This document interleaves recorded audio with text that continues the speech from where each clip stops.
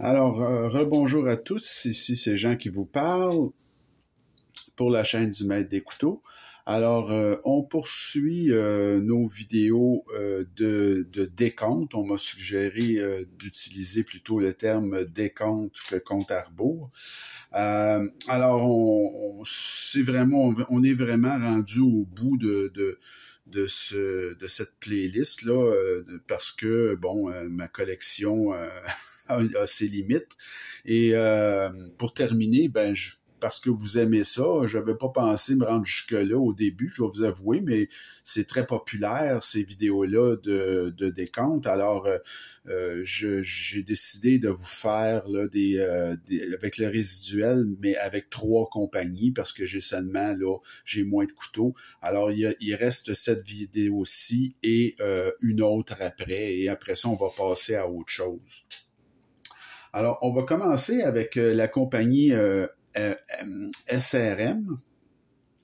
Alors, j'ai 2 couteaux de SRM. En fait, j'en avais 3. J'avais le SRM 1168, qui est un couteau budget, mais que j'ai donné. Alors, je ne l'ai plus. Alors, mention honorable, j'avais payé 50$, ça se vend aujourd'hui 58$, c'est un couteau budget. L'autre que j'ai ici, alors lui, c'est un couteau plutôt milieu de gamme. Alors, ça s'appelle un Fantasy. C'est un très beau couteau. C'est un couteau d'ouverture frontale. Alors, c'est un couteau mince et quand même très long. Alors, ça a une belle gueule, là, puis ça fonctionne bien. C'est du titane avec du G10 ici en inséré.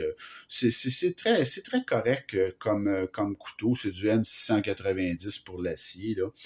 Alors, la seule petite chose, c'est pas le couteau le plus ergonomique du monde, là. Je veux dire, l'ergonomie, so-so, mais l'action est bonne, comme vous pouvez voir. Puis, c'est un bon couteau, c'est bien fait, c'est solide, un grand espaceur arrière qui fait presque toute la longueur du couteau.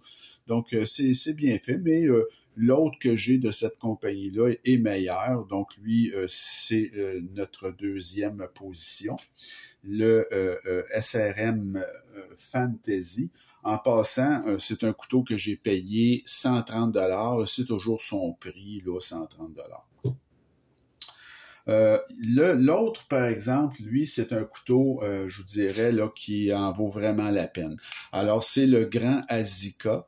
Donc, il y a le petit qui est vraiment trop petit, mais celui-là, c'est un couteau pleine grandeur, manche en titane, l'acier, c'est du 154 cm, celui-là. Et verrouillage de cadre, l'action est très bonne. C'est un couteau qui a une belle allure, qui se prend très bien en main. Il n'y a pas grand-chose à redire. C'est vraiment très bien, mais c'est grand. C'est un grand couteau. Et ça, j'ai payé 135$ ce couteau-là. Et ça se vend, je vous dirais maintenant, vous pouvez le dénicher pour 130$. C'est vraiment une aubaine, ce couteau-là. Je vous le conseille fortement. Si vous aimez les couteaux de grande taille, là, c'est un très, très, très bon choix. Et écoutez, là, à ce prix-là, c'est difficile à battre, là, vraiment. Là, ils ont même pensé, regardez, à faire la barre de relâche à l'intérieur, ce qui est très, très bon, là.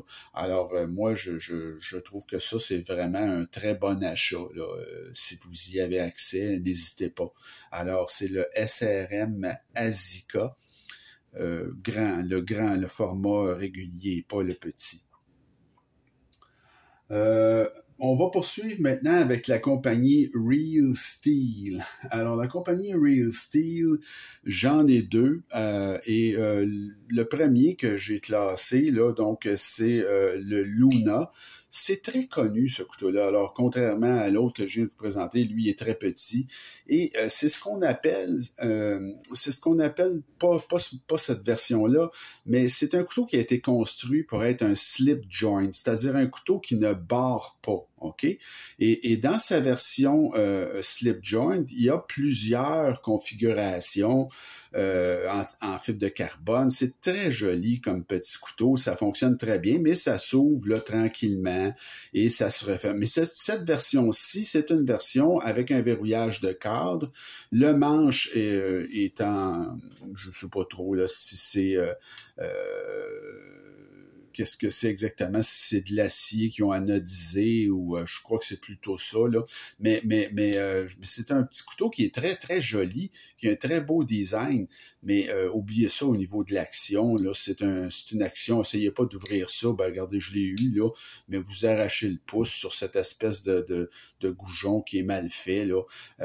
Donc, c'est un petit couteau qui a été dessiné pour être un couteau sans fermeture, donc il y a un slip joint, un couteau qui barre pas. Mais ils ont fait cette version-là aussi, là, mais bon, c'est pas... Moi, je l'ai acheté, ce couteau-là, je le trouvais très beau, puis surtout, je l'ai eu pas cher.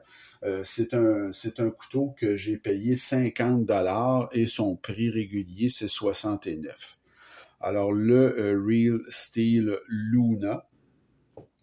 Et l'autre Real Steel que j'ai, ben, c'est le Métamorphe. Alors, ce couteau-là est en aluminium, lui, le Métamorphe.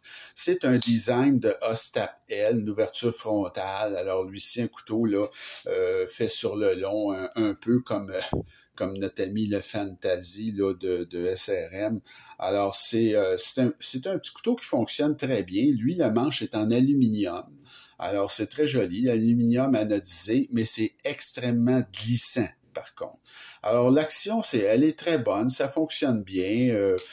C'est du Ostap L. Là. Alors, c'est un couteau qui est le fun, là, mais c'est un couteau qui existe depuis un bon moment et ce couteau-là, je l'ai payé, moi, 58$ et c'est en vente au prix régulier à 80$, mais payez pas 80$ pour ça. Je viens de le voir en vente présentement chez mon fournisseur à 50$. Donc, c'est un couteau qui se retrouve souvent en vente, là, mais ça en vaut la peine. À 50$, si vous aimez le style, manche à l'aluminium, comme je vous dis, faites attention au niveau, là, c'est extrêmement glissant, mais quand même, ça a de la gueule et ça fonctionne bien. Alors, le Real Steel Métamorphe, qui se classe, là, deux premiers sur deux chez Real Steel. On termine avec la compagnie CRKT. Alors, CRKT, j'en avais 4, j'en ai donné 2. Donc, mention honorable au LCK, qui est un couteau assisté et que j'avais payé 58$, donc un couteau budget. Et l'autre, c'était le Moxie, qui est un autre couteau assisté que j'avais payé, lui, 67$ et qui est discontinué et que je n'ai plus. Alors, il m'en reste 2. Il me reste le très petit couteau CEO. Alors, CEO. Alors, ça, c'est un couteau que vous mettez dans votre poche de chemise et qui peut passer pour un gros crayon, finalement. Vous voyez, même l'attache est par en haut, donc c'est fait pour. C'est un petit couteau qui fonctionne bien, qui a un design vraiment unique. Ça, c'est vraiment la version originale de ce couteau-là. Là, on peut le mettre debout. Je crois qu'il tient debout. En tout cas, là, il veut pas, mais c'est un couteau qui fonctionne bien avec le petit goujon de pouce ici sur le côté. Donc, mais la qualité de construction de ce couteau-là, il faut faire attention. Démonter ça, c'est pas comique, là, ça tombe en morceaux littéralement. C'est un petit couteau qui est pas fort, là. C'est fait pour ouvrir des enveloppes ou des petites choses, des très petits travaux. Mais c'est très joli comme design. D'ailleurs, c'est un grand succès commercial. C'est un grand classique chez CRKT. Il y a plusieurs variations de ce couteau-là. Il y a même des variations avec une petite gâchette, mais moi, j'aime pas ça. Et il y a ça, c'est le pleine grandeur, mais il y a une variation mini de ce couteau-là, donc plus petit encore. Donc, je l'ai classé deuxième parce que, bon, la qualité de fabrication, là, c'est un acier qui est très ordinaire, puis ça laisse un peu à désirer. Mon premier chez CRKT, c'est celui-là. Ici, c'est le Pilar. Donc, en passant, le CEO, moi, j'avais payé 60$ et ça se vend 65$.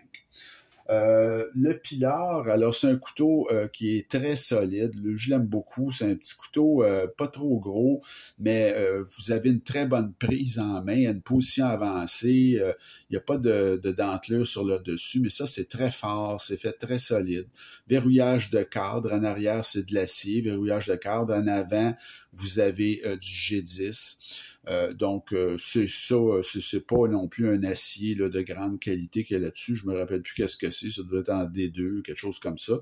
Et l'action, ben, ça, c'est bon. Ça, le couteau ouvre très bien, inversé ou avec le pouce.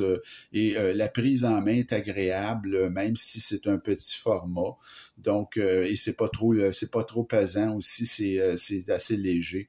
Donc, j'ai classé le Pilar que j'avais payé en passant 50 $ et qui aujourd'hui se vend 68. Je l'ai classé le premier de deux chez CRKT. Alors, ça fait le tour pour notre révision de décompte de cette semaine. La dernière vidéo dans ce style-là, alors ça va être également une vidéo de 3 compagnies. Alors, ça va être mes 2 couteaux oui que j'ai et Bestech et Ontario finalement. Donc, on va terminer avec ça et comme je vous dis après, on va passer à autre chose, probablement des vidéos de duel où j'ai également j'ai certaines vidéos de révision à faire pour mes achats récents.